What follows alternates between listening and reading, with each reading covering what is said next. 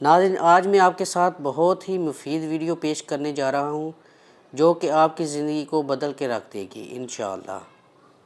ناظرین، شکر ادا نہ کرنا بھی ایک بیماری ہوتی ہے، ایسی بیماری جو ہمارے دلوں کو روز بروز شادگی سے تنگی کی طرف لے جاتی ہے، جو ہماری زبان پر شکوے کے علاوہ اور کچھ آنے ہی نہیں دیتی۔ اگر ہمیں اللہ کا شکر ادا کرنے کی عادت نہ ہو تو ہمیں انسانوں کا شکریہ ادا کرنے کی بھی عادت نہیں پڑتی۔ اس دنیا میں ایک قانون موجود ہے اور اس کو لا آف اٹریکشن یعنی قانون کشش کہتے ہیں۔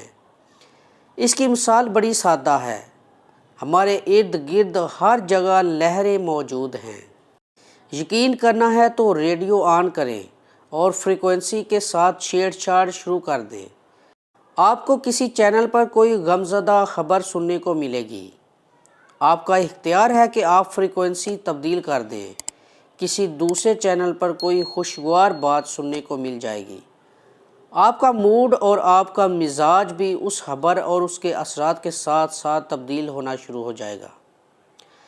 اس کا ہرگز یہ مطلب نہیں کہ غمزدہ خبر والی لہریں کمرے سے چلی گئی ہیں یا اس فریکوینسی پر غمزدہ خبر موجود ہی نہیں رہی، بلکہ آپ نے اپنی فریکوینسی کو خوشگوار باتوں کی طرف موڑ دیا ہے، اس لیے ہر طرف سے لہریں آپ کو خوشگوار باتیں سنانے پر مجبور ہیں۔ بالکل یہی معاملہ قانون کشش کا ہے۔ جب آپ شکر گزار ہوتے ہیں تو پوری کائنات حرکت میں آ جاتی ہے۔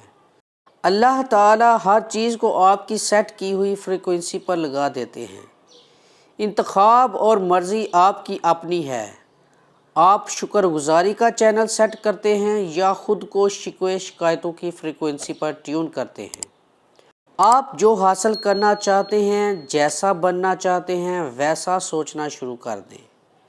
اگر آپ شکر گزار ہیں تو آپ کو صبح سے شام تک شکر گزار لوگ ہی ٹکرائیں گے، اور اگر کوئی ناشکرا مل بھی گیا تو آپ اس کے بھی شکر گزار ہو جائیں گے۔